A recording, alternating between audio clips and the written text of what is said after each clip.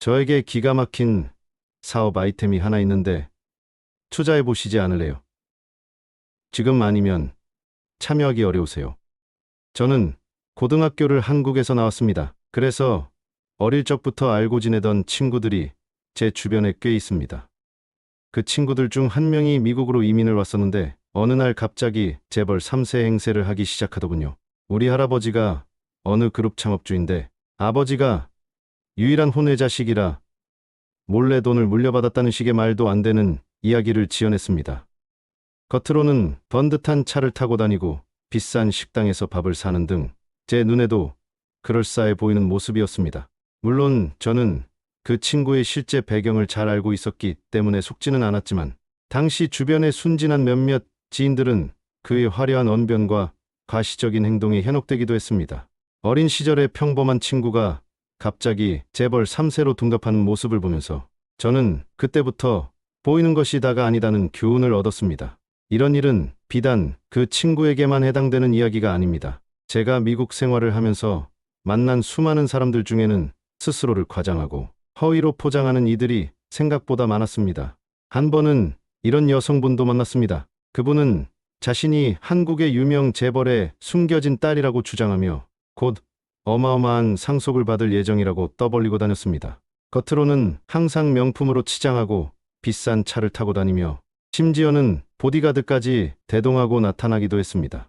언뜻 보면 정말 엄청난 부자처럼 보였습니다. 하지만 시간이 지나면서 그의 말과 행동에서 모순이 발견되기 시작했고 결국 그의 이야기는 모두 허구였다는 사실이 드러났습니다.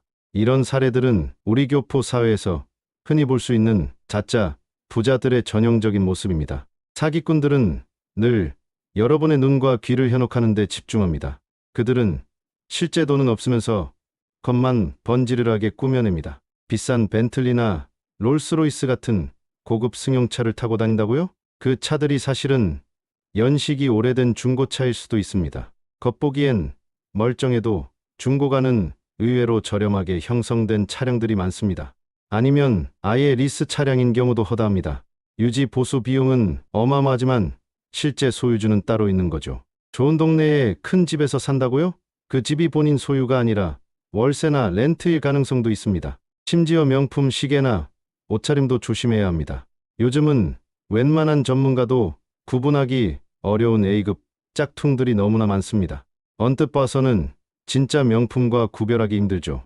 라스베이거스 같은 곳에서 돈을 펑펑 쓰는 모습을 봤다고요? 갬블을 많이 하는 이른바 하이롤러들은 카지노에서 호텔 숙박이나 식사, 쇼 관람 등을 컴프로 제공받는 경우가 많습니다. 실제 자기 돈을 쓰지 않고도 화려한 생활을 하는 것처럼 위장할 수 있다는 얘기입니다. 이런 사기꾼들은 여러분의 눈앞에서 거대한 환상을 펼쳐보이며 그 환상 속으로 끌어들이려 할 것입니다. 여러분의 눈에 보이는 화려함이 전부가 아니라는 사실을 명심해야 합니다. 제가 직접 겪을 뻔했던 아찔한 경험도 있습니다. 저 역시 한때는 내가 설마 사기를 당하겠어? 하는 안일한 생각을 했었습니다. 지금 생각하면 아찔합니다. 그 사람은 정말 깔끔한 정장 차림에 세련된 외모를 가진 남자였습니다. 한식, 요식업 사업체를 운영하고 있다고 자신을 소개했는데 나중에 알고 보니 그 가게는 본인 소유가 아니라 여자친구의 부모님 가게였습니다. 겉으로 보이는 모습만으로는 도저히 사기꾼이라고 의심할 수 없는 너무나 평범하고 성실해 보이는 사람이었습니다.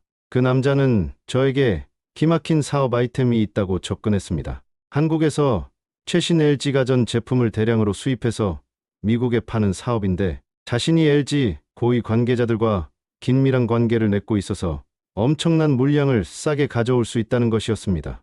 심지어 LG가 사업을 전폭적으로 지지하고 있으며 자신은 그 덕분에 엄청난 수익을 올리고 있다고 말했습니다. 처음에는 저도 귀가 솔깃했습니다. 사업 규모도 크고 LG라는 대기업 이름까지 언급되니 신뢰가 가는 듯했습니다. 그는 저에게 계속해서 사업의 성공 가능성을 부풀려 이야기했고 곧 어마어마한 돈을 벌 수 있을 것처럼 설득했습니다. 그러면서 슬쩍 당신도 이 좋은 기회에 투자하지 않겠느냐고 제안을 꺼냈습니다.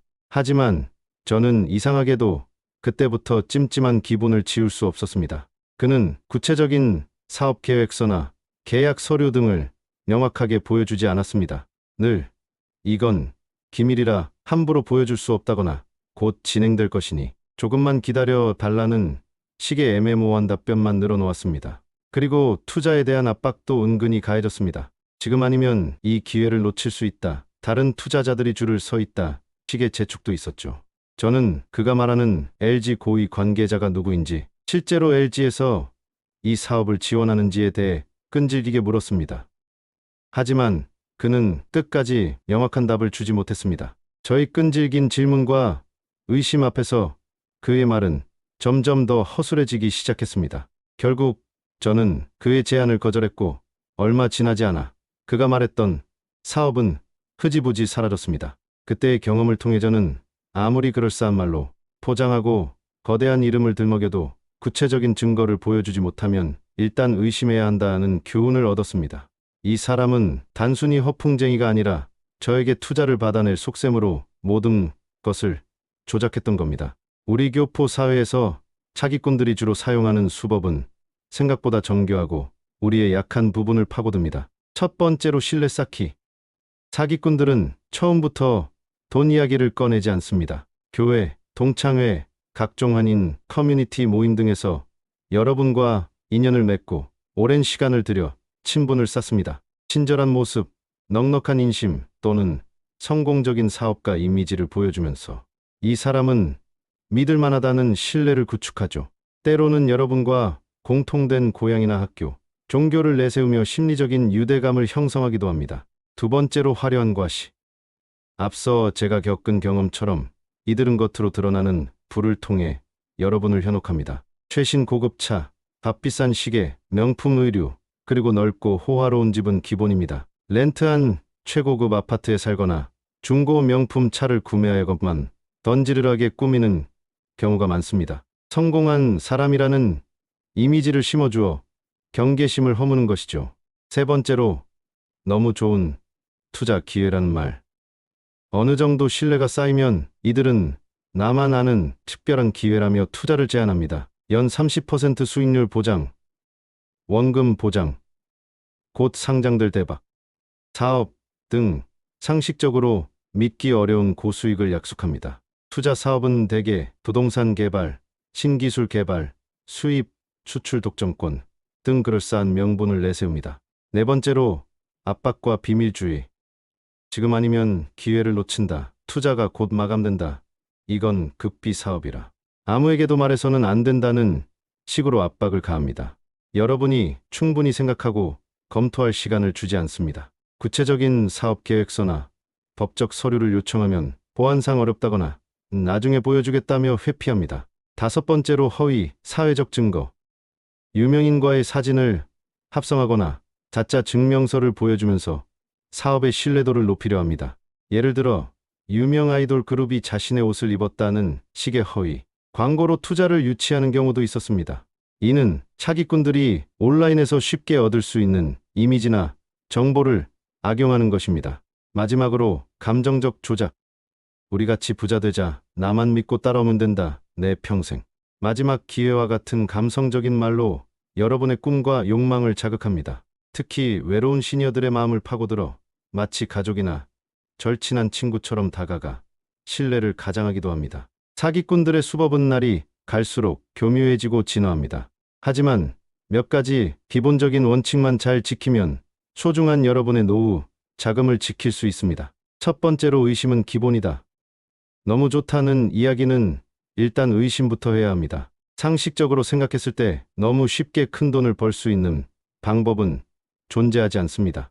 특히 고수익을 보장한다거나 원금 보장 같은 달콤한 약속을 한다면 빨간불 신호입니다. 보이는 것을 믿지 마라.